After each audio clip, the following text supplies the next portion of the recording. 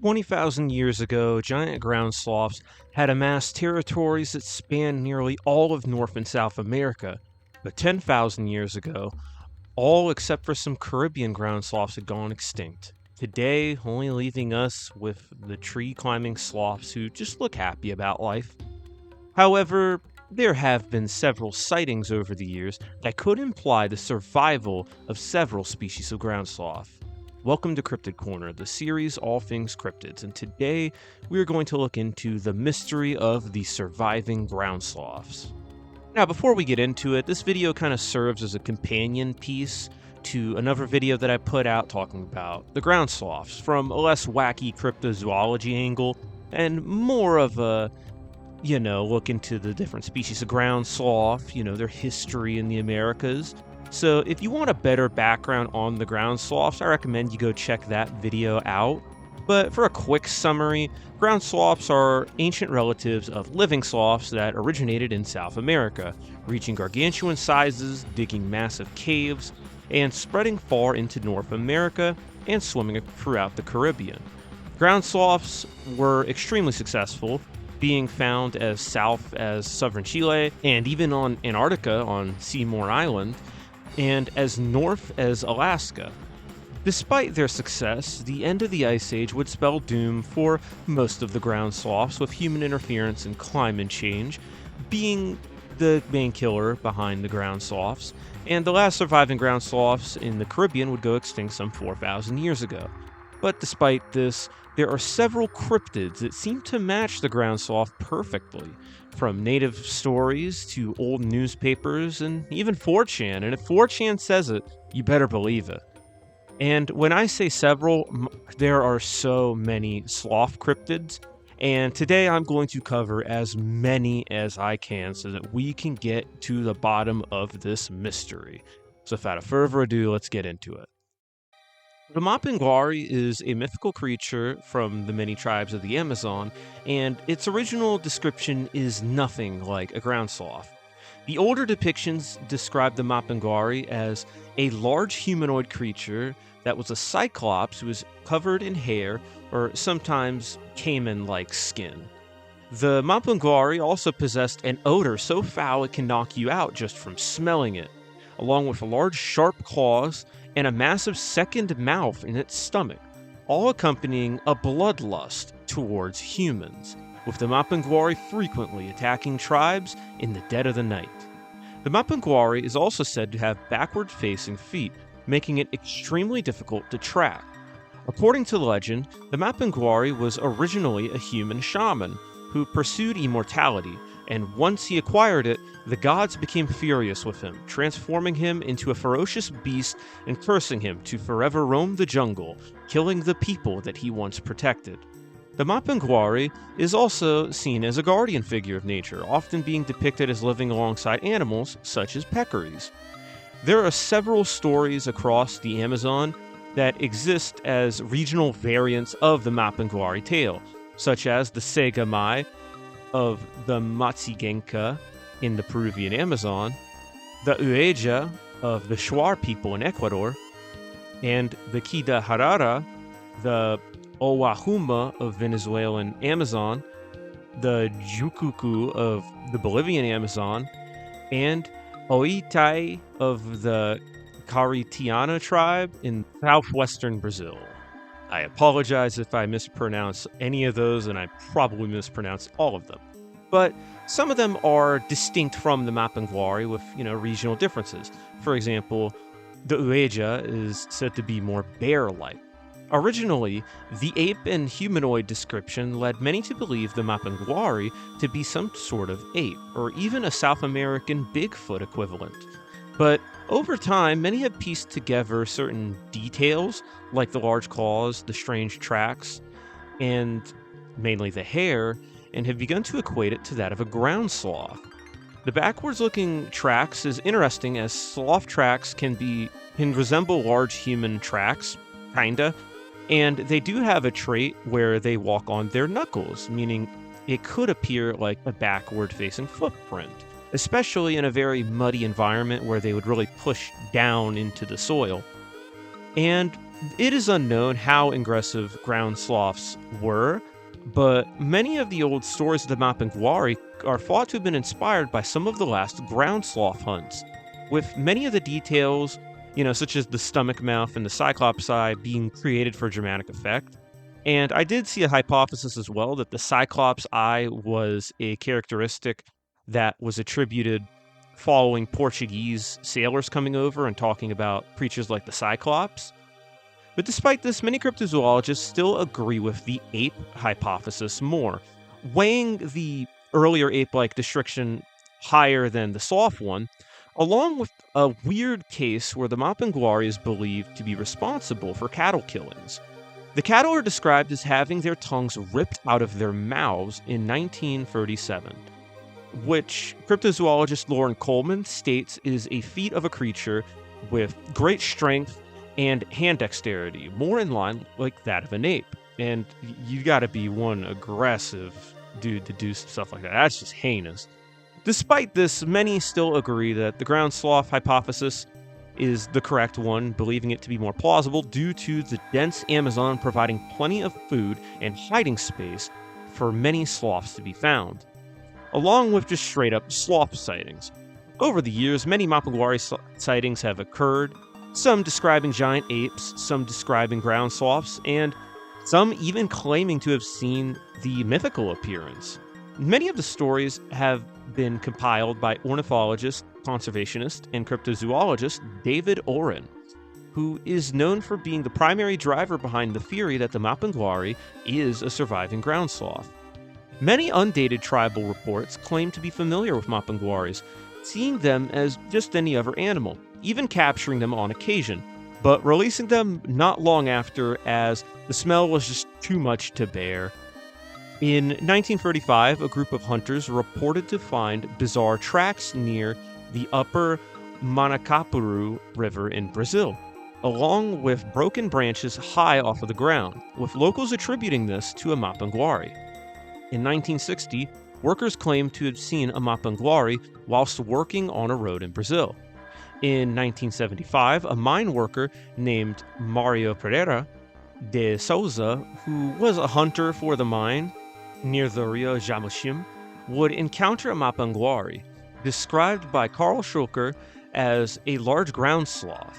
The Mapinguari reared up and roared at him, causing him to flee while walking towards him on his hind legs.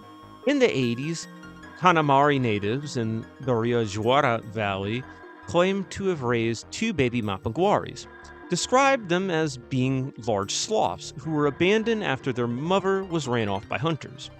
They raised them for about a year or two until they began to emit their trademark odor, which would lead to them being released just due to how badly they smelled.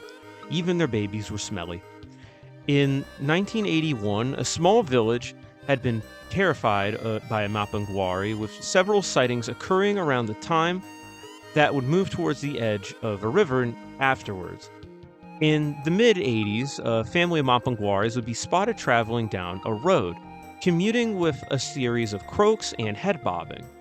They would travel to a nearby mango plantation for a quick meal, with the mama even helping out the young calf by cutting up the mango in her mouth, but they would eventually flee when some farmers would pass through. During 1988, Orens would do an interview with a man who had claimed to have seen a Mapinguari in northern Tocantins, Brazil. Orens would believe the man, and with this, a light bulb would go off in his head, where he would eventually put the pieces together that this thing might actually be a ground sloth. In 1993, Orens would discover footprints following loud roars that resembled those of a ground sloth, with signs of knuckle walking along with large claw marks.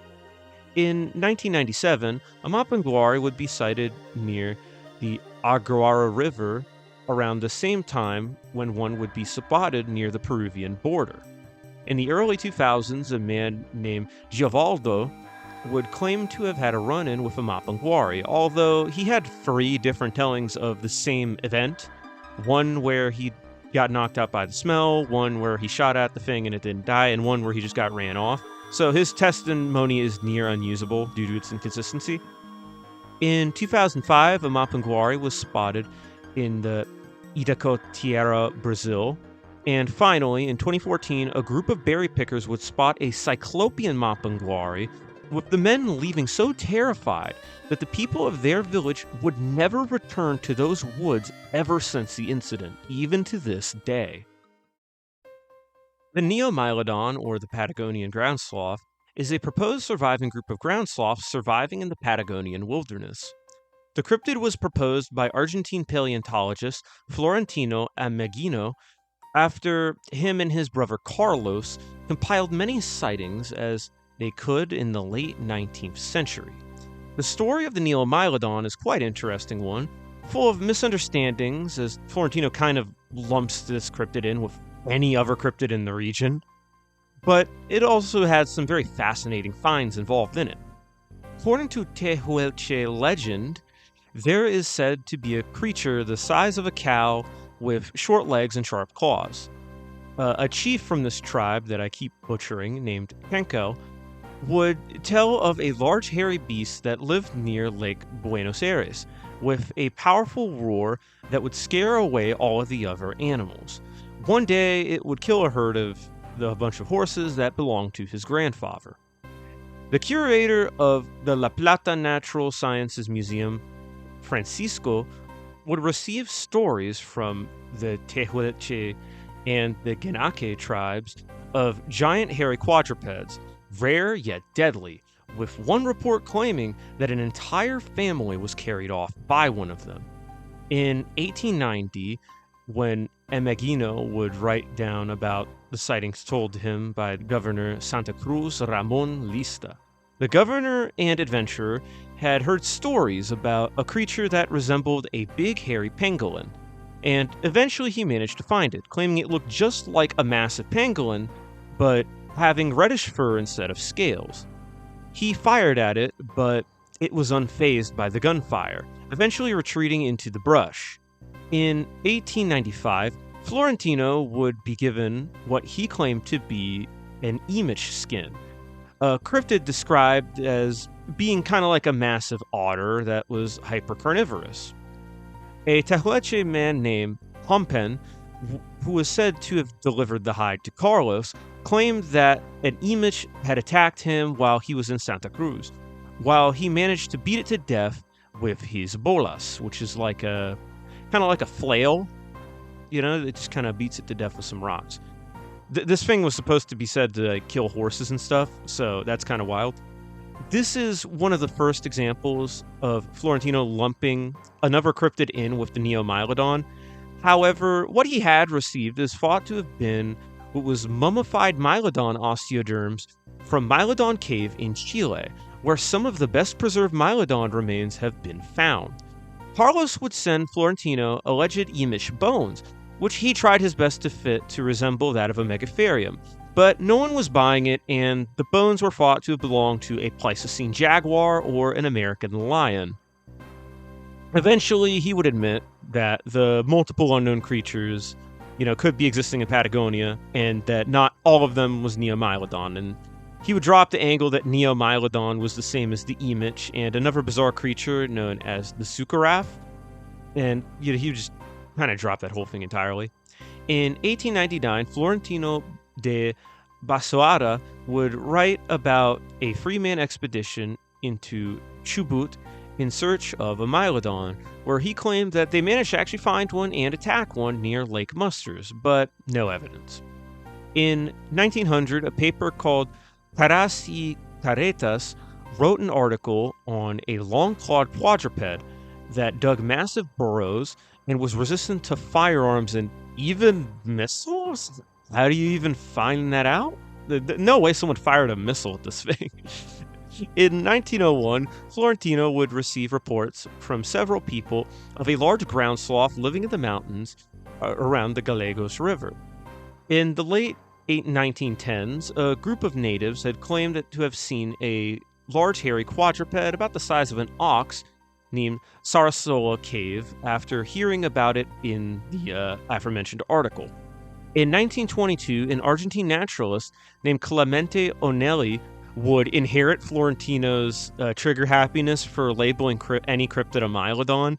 And this one was kind of insane because he was reporting a goddamn plesiosaur sighting, and he thought that this could have been a Neomylodon. To make it, how do you even do that? He believed that it was kind of semi-aquatic, like the semi-aquatic sloths off of the coast of Peru. If you want to learn about that, watch the other video, as I said earlier. But, like, dude, that's a plesiosaur. Like, those are, like, the two, like, furthest things from each other. Like, bruh. Eventually, sightings would grind to a halt, and the remains that the Ameghino brothers had possessed would be tested, and, you know, they would find them all to be the remains of other known animals, and of course the Mylodon remains were thousands of years old, and eventually the hype would die down, with the last expedition being carried out in 2001 in honor of the 1901 expedition. But, again, no avail. No living ground sloths, or no sign of ground sloths living any longer than we know they did. Moving up to the Yucatan Peninsula, the cave cow is a potential ground sloth cryptid that lives in the caves of Mexico, Guatemala, and mostly Belize. Cave cows are described by the Maya people as 10-foot long creatures that had bodies that kind of resembled lizards, but were covered in hair and lived in the caves on the peninsula. Cave cows possessed a black coat of fur with a white mane, along with large clawed hands used for feeding upon palm trees and for mauling the absolute hell out of any poor soul unfortunate to get close enough to them. This region is dotted with countless caves and over 10,000 cenotes, which were sinkholes that form when limestone collapses and reveals deposits of groundwater underneath. In Guatemala, there is a ring of cenotes that formed around the Chicxulub crater, where the meteorite that killed all of the non-avian dinosaurs landed, leaving its mark on the Earth 65 million years later. The Mayans and the Aztecs alike have all made great use of these natural formations for water and for food, along with the many water animals that call these regions home, and ground sloths were no exception. 4 species of ground sloths have been found in this region, and some of them even being found in the cenotes, including the colossal Eremotherium, Shasta's ground sloth, Nohochicxtlac, and Gibbobonyx, I think. One of the first reports of cave cows comes from the 1890s, when a French naturalist named Frank Blancois would be exploring a remote savanna region with his servant remembered only as Joe. The weather was calm and windless, but for some reason, a kahune palm tree was swaying, causing them to go investigate. Frank would be alerted to Joe screaming in terror as he was mauled by a cave cow, which he called the old devil himself. After seeing Joe get absolutely murdered, Frank had the brilliant idea of following its blood-stained trail, but he would eventually find himself lost, forcing him to return to El Cayo, unable to know which one of the thousands of caves Joe had been dragged off into. And that's the end of that story. In 1932, British archaeologist Thomas Gann would lead an expedition of the Hondo River between Mexico and Belize, when he would spot a cave cow running on all fours in a very swampy area. Described it as running like an ape. In 2015, a couple would be honeymooning, and while near the Sunantunik ruins, they would spot a very strong rustling in the foliage. Their guide would tell them that they had almost just encountered a cow. If this was just some hungry cow or a murderous cave cow, who knows, as they only saw the very dense rustling in the shrubbery. The ground sloths of the Caribbean appear to have held on the longest, remaining until about 4,000 years ago, not terribly long after humans made it to these islands. And although these sloths had, shrunk down in size due to island dwarfism, with 2 species becoming about standard sloth size or even smaller, the Megalochnus managed to remain a bit of its size by being about the size of a black bear and weighing about 450 pounds. The smaller sloths have even lived semi-arboreal lifestyles, going up into the trees sometimes, like how modern sloths do. The islands of Cuba, Trinidad, Hispaniola, Puerto Rico, Andros Island, and the Bahamas have all reported a creature known as the Yeho. The Yeho vary in size, ranging from about the size of a monkey to bear-sized, with hairy bodies, bear-like claws, and backwards-facing feet. The Yeho are extremely violent and are said to possess the ability to reproduce with human women. I think you know where that goes. They get their name from the Yeho howl that echoes through the woodlands and caves that they call home. The Yeho is said to be a cultural memory of a gorilla to the many Caribbeans who have been the descendants of slaves, although the description of claws and backward footprints kind of seems a little more sloth-like to me. Additionally, the Ciguapas of the mountains of the Dominican Republic is said to be a cryptid characterized as having brown or dark blue, skin, resembling a beautiful woman with long, smooth hair that covers their bodies, along with backwards-facing feet. The backwards-facing footprints could further support the sloth theory, and the brown, hairy appearance could imply sloth sightings. More on the Ciguapa, though, they functioned similarly to sirens, luring men in with their captivating appearance, only to devour them. And due to the men walking over the Ciguapas trail, it's extremely difficult to rescue victims as the trails are near untrackable. They are also said to vary in appearance depending on the person who sees them, with some seeing them as gorgeous and others seeing them as hideous. Similar to the Mapinguari, the United States has several scattered depictions of ground sloths, potentially the Jefferson's ground sloth. A lot of these reports are one-offs, so I decided to lump them all in here together. Some of these sightings could stem from some of the latest encounters of Native Americans that they had with the ground sloths, passed down for thousands of years. However, a majority of these are modern sightings.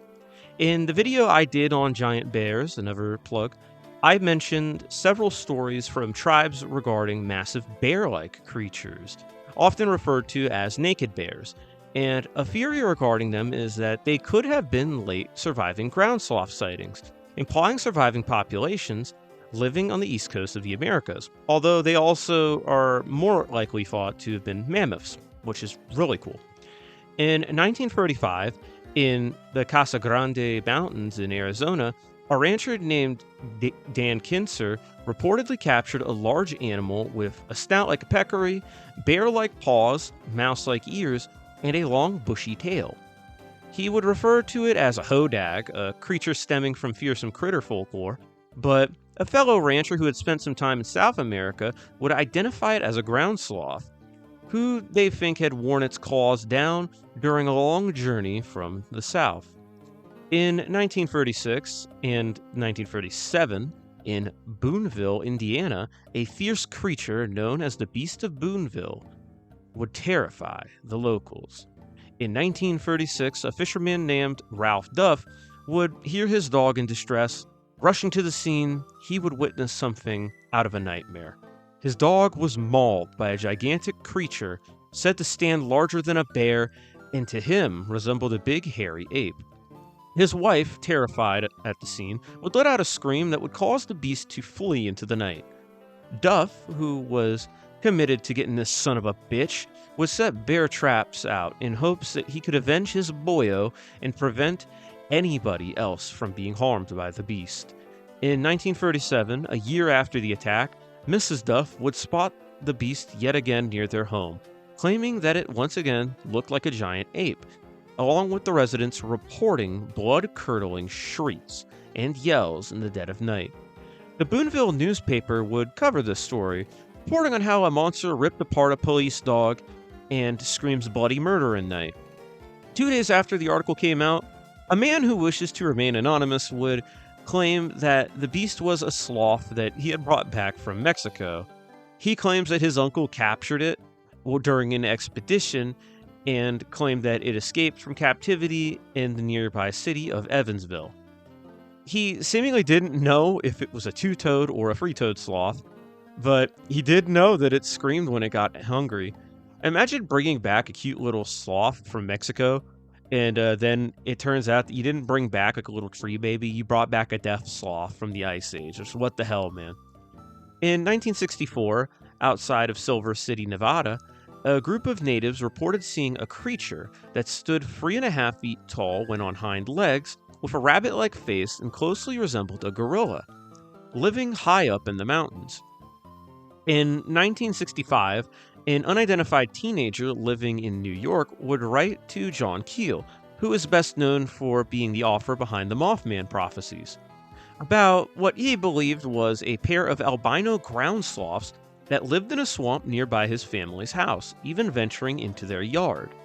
In 1986, an anonymous caller from Minnesota would call on to Don Peterson's radio program and tell him about what appeared to him to be a South American ground sloth walking upright in the woods while driving nearby a year prior. In 2002 in Florida, a supposed skunk ape sighting would involve a hairy, large creature that resembled a ground sloth that galloped on its hind legs and reared up, with the witness reporting that whatever it wasn't a bear. In 2009, in Hamlin County, Tennessee, a woman claimed to have had a run-in with a 4-foot-tall creature covered in brown hair and short legs, with large flat claws that she said it used to climb the walls of the cave. This creature is often lumped in with a Cherokee legend known as the Nununui, or stone dress, which was said to be a woman with stone-like skin similar to a Mylodon's osteoderms and having long, sharp nails. In 2010, in San Jose, California, a woman would come face to face with what she described as a 6 to 7 foot tall, hairy creature with massive claws, who slowly backed away from her after she would scream bloody murder. She claimed that it appeared like a giant raccoon, but upon finding the definition of giant ground sloths and looking at some pictures, she believed that that was her closest match. In the West Virginian wilderness, there have been sightings of creatures referred to as white things, who tend to vary in appearance but are mainly large mammals with shaggy white hair. One of the most famous examples of a white thing is sheep squatch, although that had horns, and horns aren't very sloth-like to me. But it is still possible that the other white things could have been inspired by sloth sightings. In 2013, there would be some of the best evidence of a North American ground sloth surviving yet, with a Virginian hunter named Roger Williams capturing what appeared to be a picture of a ground sloth on a game trail camera. Williams is an adamant believer that whatever he pictured was a diseased bear, and that he is familiar with the area and has spotted no signs of any unknown animals in this area, although it has still captured the interest of Bigfoot and sloth enthusiasts alike. And to me, at first glance, I was like, oh wow, is that a sloth? But at the same time, it kind of just looks like a bear, so I think I would take him up on the bear offer. Like, just kind of looks like a bear. Now, before we leave the United States to go look at the sloths of Canada, there are still a few more cryptids based in the United States that stem from the paranormal board of 4chan. In 2013, a 4chan user named EZ would post about an encounter that he had whilst exploring an area outside of some mine shafts in Ruby Valley, Nevada. Whilst exploring the abandoned cabin nearby the mine shafts, he would smell a putrid scent coming from a nearby mine shaft. Massive creatures began to approach him, causing him to fire at the beasts, hitting at least 4 times with something, causing them to swiftly escape, shaking trees as they bumped into them while fleeing off into the distance. During this thread, he would alliterate certain details, such as a map of the cave, and including a sketch of whatever he found in the cave. And it kind of looks like an anteater. EZ said he would return to the location with an armed party because fuck scientists, fuck, recording whatever this is. No, we gotta kill it. But he would seemingly go silent after this, so it's most likely that's a LARP. Anons from X and from K, the weapons board, would attempt to find the location of this cave, even pulling up Google Maps and images from some local maps, but nothing seemed to come of it, just like some of many of 4chan's misadventures. Now, another funnier one, the Gorp, is a hairy creature said to live in the Ozarks. In 2014, an Anon on X would be practicing survival tactics out in the woods when suddenly they would notice something large tracking him. The Gorp was said to look like a mix between a fictional alien known as a Silidor, a grizzly bear, and a sloth. The Anon would fart, causing the creature to respond with a confused Gorp, from which it would be named afterwards. The Anon would then try to put his weapons training to the test, but as he shot at it, each shot would bounce off of the Gorp's dense matted fur. But the Gorp would spare him, retreating into the wilderness.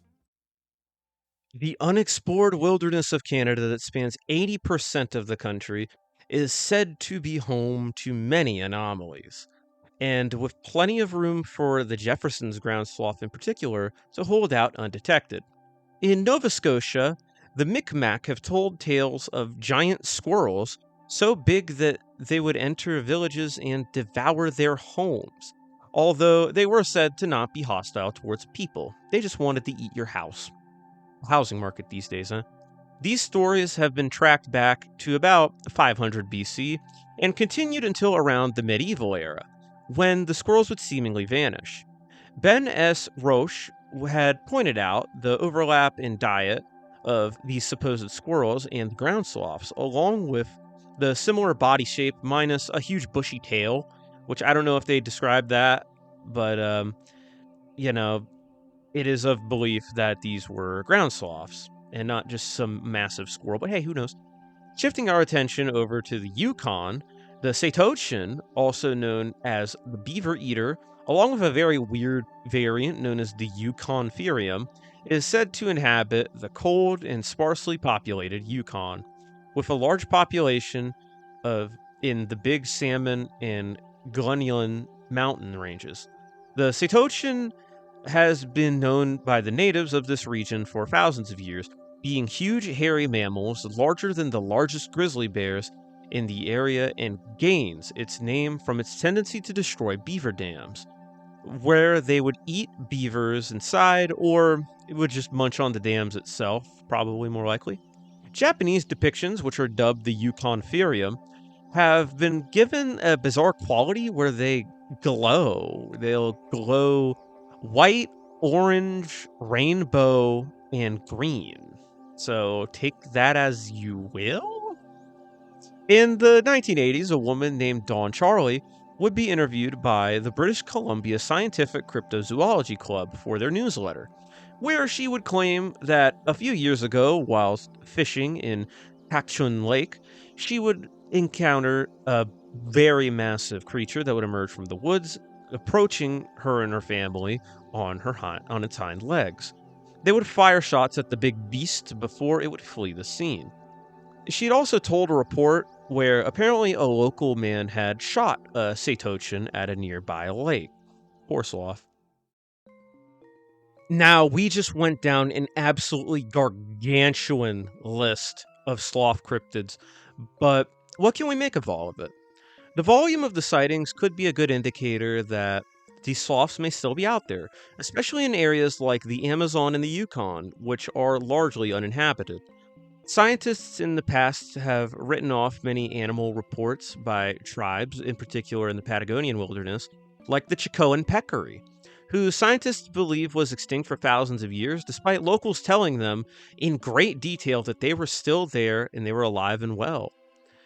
The consistency in a lot of the reports also aids their chances, with a lot of reports lining up, along with other details like their foul odors, them using caves for shelter, loud screams, large claws, and tendencies like galloping or rearing up on their hind legs when threatened. And the slow metabolism of xenarthrans could have also helped them out as they tried to survive for extended periods without food. The ape and Bigfoot overlap is also very interesting, as some people kind of use ground sloths as an alternative Bigfoot explanation, which makes sense. After all, large primates don't really have history in the Americas, but ground sloths do. The largest problem is, really unavoidable, though, And large is the right word to use, as how the hell are we gonna miss animals this big? Even medium sized ground sloths tower over large bears, and massive ones would definitely have struggled to hide, even in dense jungle. And although they tend to live in caves, one of the larger cases against the survival of them is the lack of new sloth dens. Thousands of sloth dens dot South America, yet none of them have been dug for thousands of years. And that's not to mention the lack of evidence in general. No recent bones, no mummified sloths from recent ages, no fur, no poop, nada, nothing. If if you want my verdict, it's best to rule out the most unlikely places first. And I feel like the United States is one of the least likely places for ground sloths to be living due to some very obvious reasons. Regarding the sightings, there are plenty of individual sightings across the country, but a lot of these are entirely one off sightings in seemingly random states. There are no consistent sightings of individuals in individual regions over extended periods of time. It's just there and then it isn't. It's a one off and then it's dead. Deforestation in America would also greatly cut down the already small areas where a ground sloth could find refuge. And with how densely populated the US is, even in rural areas, it just seems unlikely that people would miss such a massive creature. Soloing in on the Beast of Boonville, it really has been proposed that this story could have been made up by farmers to deter tourists and locals from picking their blueberries, which I could see, and perhaps many of the stories in general could just be this. Additionally, many of these sightings followed, the big cryptid boom following the Patterson Gibbon Bigfoot footage. And the 4chan stories they just sound incredibly fake, man, especially the Gorp one. Like, bro, how is that not funny? Moving to the Yucatan Peninsula, I feel like there is a greater likelihood that there are sloths hanging out here, living in the underground systems. Although it does seem pretty unlikely given just how many people live in this region. And my god, that story of the French dude cannot be real. Like, bro just gets mauled to death, and no one goes looking for him. He's just like, well, there's so many caves, we better as well just not even look. Regarding the Caribbean sloths, it feels like there might be something to these accounts, minus the folklorish aspects, but I don't know if it's a sloth. The Caribbean sloths didn't really look sloth-like at all. They had a more kind of like wombat body plan, meaning for them to evolve into like a monkey-like creature, it had to have to be kind of remarkable. Perhaps it could be some type of primate, but I don't know about sloths. The Neomylodon seems highly plausible at first, given how much of the wilderness lies in Patagonia unchecked, along with the large amounts of sightings in the early 1900s. Florentino seems to be the largest flaw with this, as he kind of just passed off a lot of mummified and faked remains as evidence, along with lumping so many cryptids together that it just makes it impossible to track what's what. Regarding the Canadian sightings, I feel these are the second most likely due to just how sparsely populated Canada in general is. The giant squirrels seemingly disappeared without a trace around in the medieval era, so we don't know for sure what happened there. But the Saytoechin does definitely feel more likely than the other sloths that I've talked about so far. 80% of the Canadian wilderness is completely unchecked, and on top of that, the Yukon is one of the least populated states, with 80% of it being entirely uninhabited, leaving plenty of room for ground sloths to go bully beavers. My biggest problem there is that Jeffersons tended to migrate south during the winter due to their inability to hibernate, although perhaps they have evolved to resist the cold. Perhaps the Yukon and even Alaska could still home megalonic survivors. But the most likely out of all of these seems to be the sightings from the Amazon. The sloth sightings in the Amazonian wilderness are the highest and the most consistent, even when you filter out the ape and mythical Mapinguari depictions. And the untapped and unexplored nature of the Amazon leaves just enough room for even the largest ground sloths to live in isolation. And even though there is a massive lack of evidence, if the ground sloths are still alive, I feel like one of the best places for them to hide in is the remote Amazon, where man has scarcely, if ever, ventured into. The ground sloth rabbit hole, or rather the sloth den, has been a very deep one to venture into for sure. Dozens of different creatures, all thought to be ground sloths. It just has been a fascinating adventure to look at all of these tales. Ultimately, though, I do think that it's still unlikely that they're still with us, but at least we still have our 3 and 2-toed sloths. I mean, just look at how happy these guys are. The ground sloths could still be out there in pockets of the Amazonian rainforest, or the boreal Yukon mountains, or the Patagonian deserts, or in the cenotes of Belize, or even in isolated pockets of the United States. Until we find them, all we got are these tree babies, and I'm fine with that, because just look at how chill these guys are. And fellas, we did it. We finally did the sloth video. This has been an absolutely wild researching phase, going through so many different ground sloths. I felt like I was researching an iceberg with how many there were. But we got to the bottom of this case, boys. I'm so happy to have finally got this done, and I really hope that you guys enjoy it. This is a very special video for me. I definitely had a lot of fun looking into this stuff. And man, I'd like to thank you all for watching. And I hope you liked the Everground Sloth video. Make sure to comment down below what you thought about this kind of format, because I've just been looking at sloths all week long for this, and we finally got to the bottom of it, and it's so cool to finally, take a look at this, because it's just been like a looming giant, like a giant sloth just looming over me this whole time, and I finally tackled it, finally got it out there, and I hope like hell that you guys enjoyed it. Make sure to like the video if you liked it. You guys are awesome, by the way. Make sure to like the video. Comment down below what suggestions you have for videos in the future. Make sure to subscribe if you liked it, and turn the notification bell on for more. And I'll see you guys in the next one. Bye, and happy Thanksgiving.